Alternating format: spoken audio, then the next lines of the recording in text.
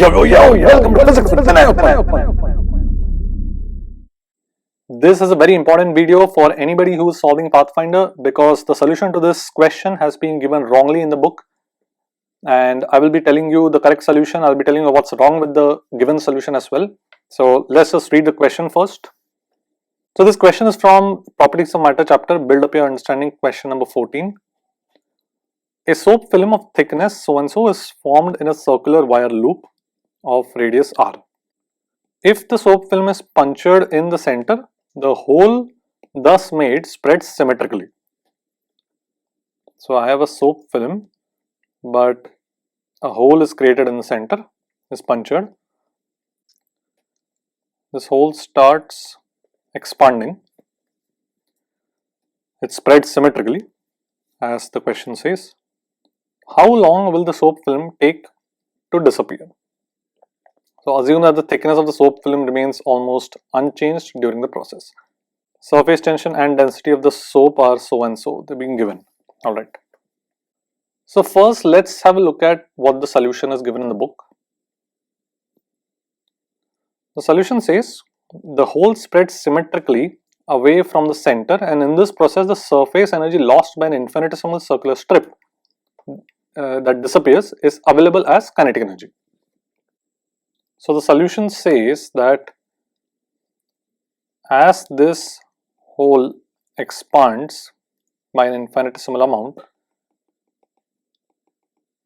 this green shaded area, the surface energy possessed by that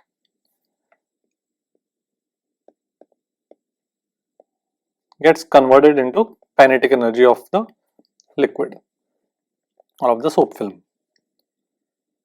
Now this is actually not correct, and let me tell you why. So this is a paper from the Journal of Fluid Mechanics 2009, published in 2009, viscous sheet retraction, published by these authors from MIT. Let's just have a quick read. Dupre in 1867, I am actually unaware of how to pronounce this alphabet, but whatever. Duper or Dupre, I'm not sure how to pronounce it, but anyway, that doesn't matter. He incorrectly deduced the retraction speed of the film based on the erroneous, galat assumption that the surface energy lost due to retraction is converted purely into kinetic energy, which is exactly what the Pathfinder solution says. And doing that, you get this speed. Here gamma is the surface tension, which was referred to as sigma in Pathfinder. So Pathfinder, they're asking the time taken for the soap film to completely reduce. The time taken would be r by the speed. The speed given here, that tells me this will be r by rho h by 4 gamma, and this time is the exact answer given by Pathfinder. Plus gamma ka jagah you have sigma. So now this is actually wrong. You can see it's written here, and I'll tell you later on why it's wrong. So what is the correct solution, or what is the correct answer?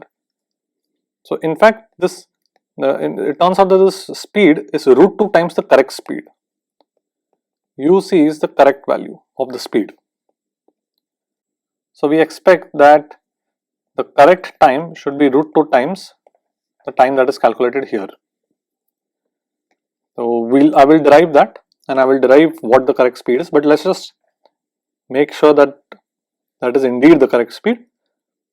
I will derive this later in this video, but let's just have a quick read further on.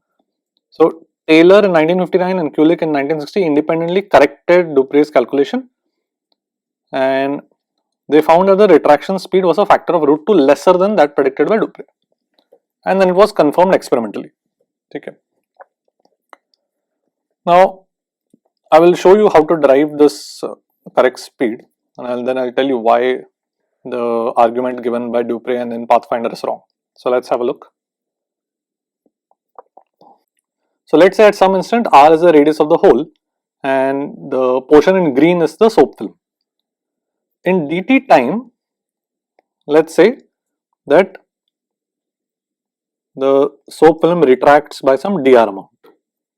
So I am considering a section of that SOAP element of length dl and thickness dr.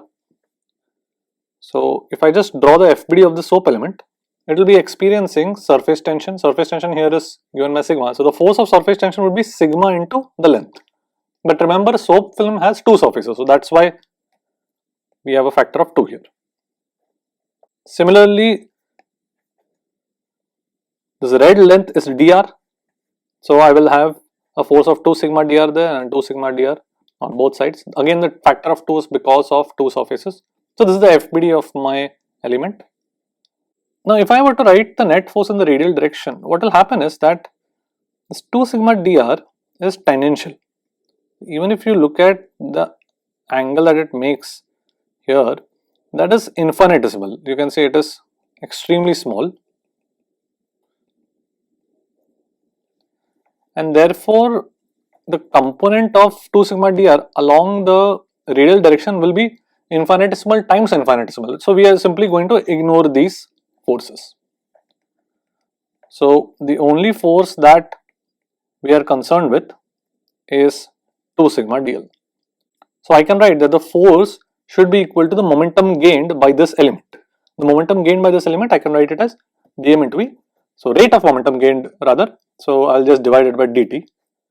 So what is dm? I can treat this section as a cuboid. So I have a length dl, thickness dr, and they've the width dr, and they've given thickness as h. So here I've just drawn that element in a magnified picture.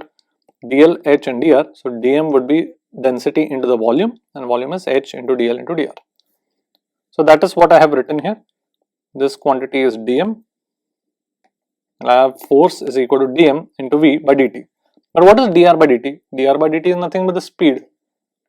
So I will have, and just, you can just divide by dl on both sides. So I'll have 2 sigma is rho h v squared, and you get v.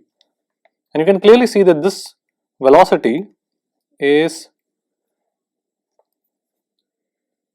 not equal to the velocity gotten by Dupre. In fact, you can clearly see that the fact instead of 4, I have a factor of 2 here, and this is the correct speed.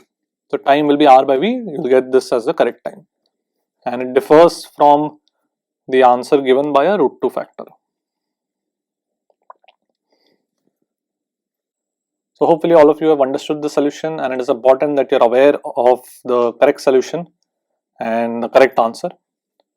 Alright, so that's it for today. See you guys. Good night.